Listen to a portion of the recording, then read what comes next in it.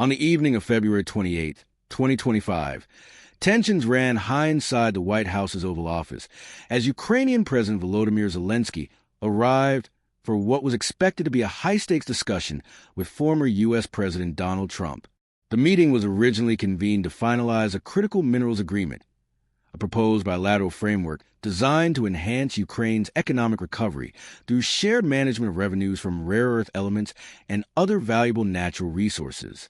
However, what unfolded during the debate quickly transformed the intended business meeting into a heated confrontation laden with personal criticisms and divergent visions for international policy. As the Ukrainian delegation took their seats, the atmosphere was charged with anticipation.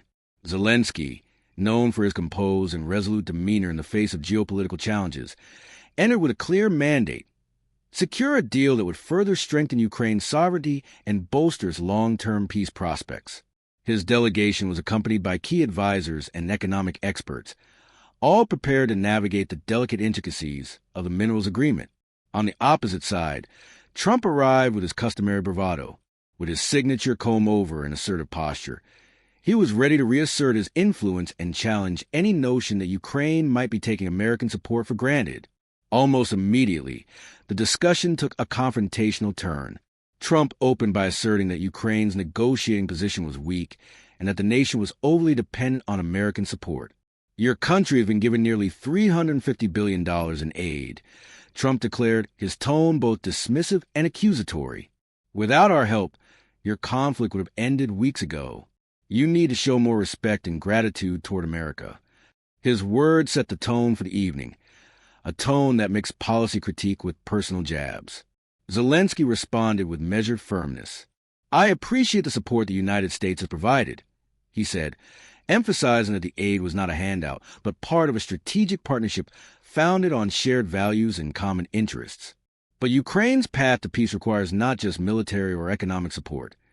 It requires respect, fairness, and genuine partnership. Zelensky underscored that his country's determination to secure a just and lasting peace depended on mutual trust, and that any agreement must be built on robust guarantees rather than on coercion or unbalanced concessions. The crux of the debate centered on the proposed minerals agreement. For Ukraine, this deal was not merely an economic arrangement. It was envisioned as a strategic lever to fuel domestic development and reduce energy dependency. By jointly managing revenues from natural resources, Ukraine hoped to establish an independent financial base that could support both military and reconstruction efforts amid ongoing conflict. However, Trump was sharply critical of the terms being offered. "You're coming to us with demands that suggest you think America owes you something beyond our support," he retorted. "I'm not here to be manipulated. Our assistance is a matter of national interest, and we expect gratitude, not entitlement." As the dialogue intensified, Trump questioned Zelensky's negotiating skills, insinuating that Ukraine was missing crucial cards that could change the balance of power at the negotiation table. He argued that without the leverage provided by American backing, Ukraine's position would remain precarious. "You lack the strategic assets to force a real change," Trump asserted. "You must understand that without our intervention, the situation would be very different." His remarks were aimed at undermining Zelensky's confidence and casting doubt on the viability of Ukraine's broader strategy for peace. In response, Zelensky recalled the long history of Ukraine's struggles for independence and survival, reminding Trump and the world that his nation had repeatedly demonstrated resilience in the face of aggression. Since 2014, Ukraine has fought against external forces that sought to undermine our sovereignty, Zelensky noted. "Every agreement we have entered into, every concession we have made, has been with the aim of preserving our nation's dignity and freedom. It is not a question of entitlement. It is a question of survival." His passionate defense resonated with the audience watching the debate, highlighting the stark contrast between Ukraine's hard-fought progress and Trump's dismissive tone. During this early phase of the debate, the proposed minerals agreement became a symbol of the larger struggle, the fight for Ukraine's self-determination versus a narrative that saw American aid as a unilateral solution to all problems. Zelensky stressed that the agreement would enable Ukraine to invest in its future, improving infrastructure, strengthening energy independence, and supporting a robust defense posture against any future aggression. This deal was meant to be a stepping stone, he said, a foundation on which we can build a more secure and prosperous future. It is not merely about economic gains. It is about establishing a relationship of mutual respect and shared responsibility. Trump, however, remained unyielding. He accused Zelensky of taking the United States' support for granted. "I've seen the numbers, and they're impressive," he commented, referring to the aid provided over the years. "But you must remember that without American leadership, nothing would be possible. You should be thanking us for keeping your country afloat." His rhetoric was forceful, aimed at reminding Zelensky and the international community that the United States had always been the indispensable partner in Ukraine's journey through turbulent times. Amid these exchanges, a third voice entered the fray. Vice President J.D. Vance, acting in a mediating capacity, attempted to steer the conversation back toward the substantive issues. He reminded both leaders that the minerals agreement was designed to secure long-term benefits for both countries, emphasizing that economic cooperation could serve as a stabilizing force in a region riven by conflict. "We need to focus on practical outcomes," Vance urged. "This is not the time for personal grievances, but for forging a deal that benefits our nations."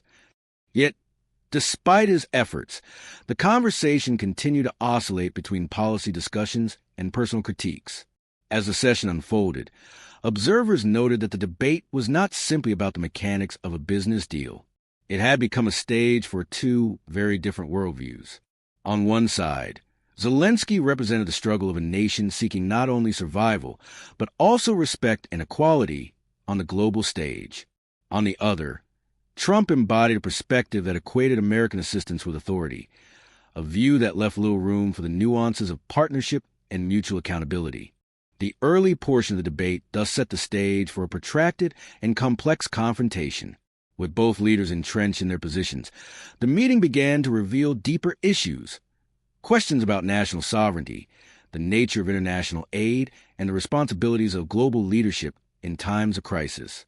As voices grew louder and the rhetoric became more impassioned, it was clear that the outcome of this debate would have far-reaching implications, not just a minerals agreement, but for the overall trajectory of Ukraine-U.S. relations in a rapidly shifting geopolitical landscape. As the debate entered its second hour, the tone in the Oval Office escalated further. The initial polite exchanges had given way to a more acrimonious dialogue, with both leaders doubling down on their core arguments. Trump continued to press on Ukraine's supposed lack of respect for American support, while Zelensky maintained that his country's actions were driven by a commitment to a fair and lasting peace, a peace that could only be achieved with a balanced partnership. Trump reiterated that Ukraine had been handed significant economic aid, insisting that such largesse should come with an attitude of gratitude. "Your nation has received billions in support," he said forcefully, "and yet you still want more. You are playing a dangerous game by not recognizing what this aid truly means." His message was clear. Without the United States, Ukraine's prospects were dim, and every advantage in her favor was attributable solely to American intervention. In response, Zelensky's tone grew even more resolute. "Our country has faced adversity and aggression for over a decade," he countered. "Every step we take is about reclaiming our independence and ensuring the security of our people. We do not seek charity. We demand a partnership built on respect, where our needs and aspirations are taken seriously." Zelensky's passionate defense underscores belief that Ukraine's struggle was not merely about financial transactions, but about the dignity and self-determination of a nation that had repeatedly been put to the test. Amid the escalating back and forth, Vice President J.D. Vance once again attempted to reorient the discussion toward the agreement's practical implications.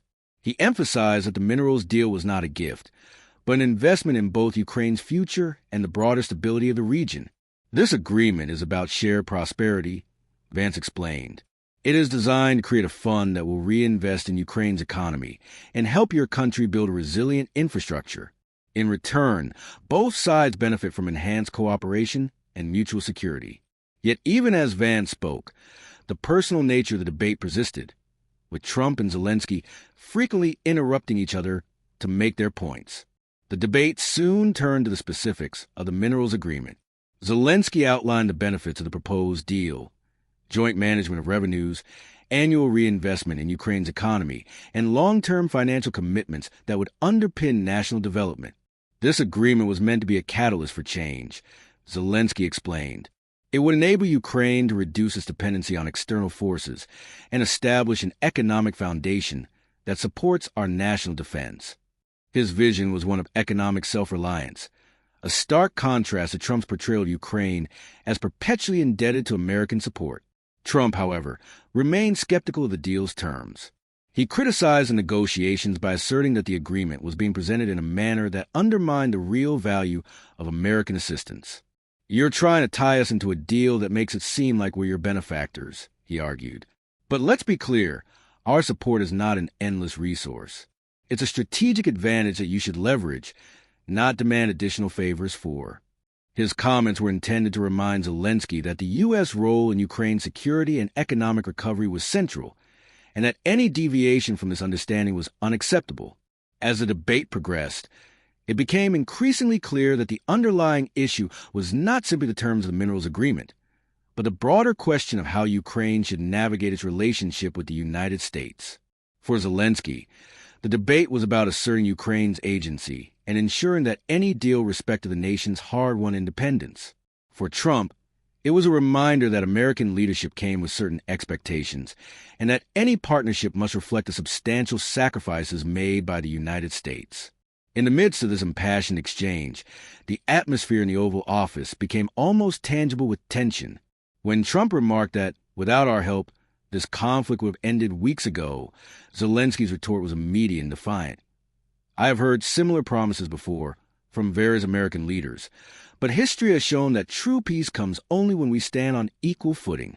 His words resonated with an undercurrent of resolve, suggesting that Ukraine would not allow its dignity to be undermined by a partner who saw the relationship as one-sided. Despite Vice President Vance's efforts to mediate, the conversation spiraled into a series of pointed exchanges. Trump accused Zelensky of failing to appreciate the full magnitude of American support, while Zelensky countered by highlighting the repeated instances in which Ukraine had been left to fend for itself against external aggression. The debate, now marked by sharp personal and political overtones, left little room for compromise. In a final, dramatic moment, Trump warned that without immediate changes in Ukraine's approach, the United States would reconsider its position entirely. "You must be grateful," he insisted. "If you do not learn to play the game correctly, the benefits we provide will not last."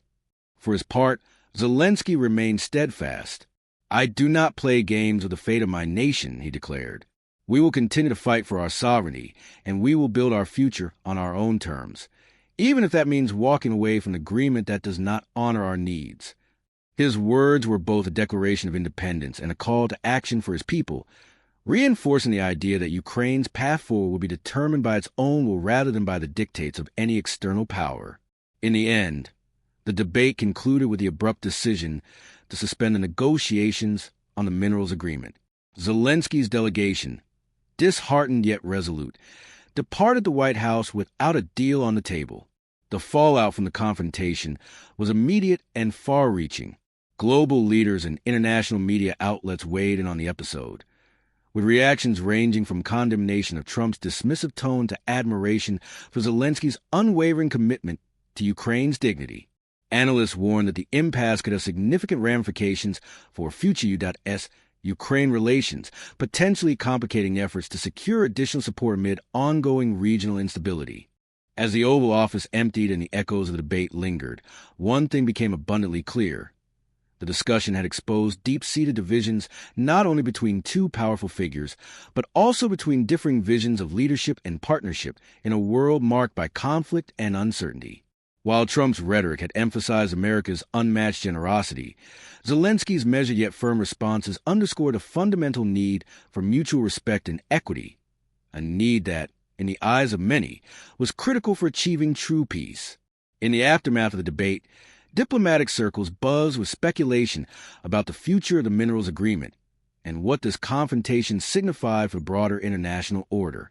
For Ukraine, the night was a reaffirmation of its determination to chart an independent course, a course that would demand more than just financial aid, but a real partnership built on trust, recognition, and shared responsibility. For Trump and his supporters, it was a reminder that American influence, however vast, must be wielded with an expectation of reciprocity and deference.